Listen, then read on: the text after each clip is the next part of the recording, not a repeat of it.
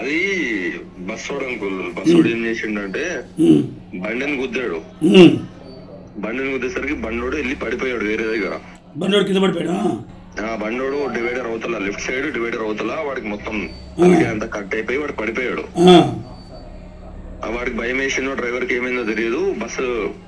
బండి బస్ కిందనే ఉంది. బండి బస్ కింద అది అట్లనే పోతుంది. బస్సు నిప్పు స్టార్ట్ అయ్యింది రావడం. స్టార్ట్ అయ్యి మంట అయ్యింది. బస్సు నిప్పు స్టార్ట్ అయింది.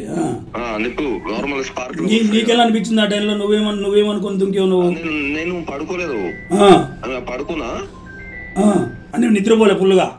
అదే ఫుల్ గా నిద్రపోలే, జస్ట్ అలా కళ్ళు మూసుకొని అలా ఉన్నా. ఓకే, నీకు ఏమైనా స్మెల్ అనిపించిందా లేకపోతే ఏమన్నా నీకు వాసన వచ్చింది? మొత్తం వాసన వచ్చింది. వాసన వచ్చినప్పుడు నువ్వేం చేసినావు? వాసన పొగ రెండు. లేచి చూస్తే అందరు మంట మంట అని అంటున్నారు.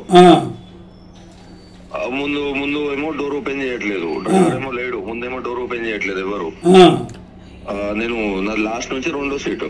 ఓకే, నా ముందు అప్పటికి ఒక 5-6 మంది ఉన్నారు. లాస్ట్ నుంచి 2 సీట్లు ఉన్నావు. లాస్ట్ నుంచి 2 సీట్లు ఉన్నా. నా ముందు అప్పటికి అదే వెనకాల డోర్ బాల్ కొడుతున్నారు.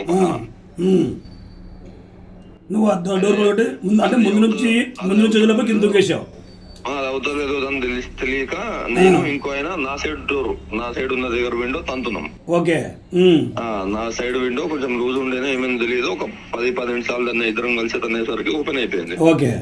ఓపెన్ అయిపోయింది, మేము దూకేసాం ఇద్దరం. ఓకే, దూకేసి బయటకు వచ్చేసిన ఒక 5 నిమిషాలకి ఇంకా బస్ మొత్తం కాలిపోయింది.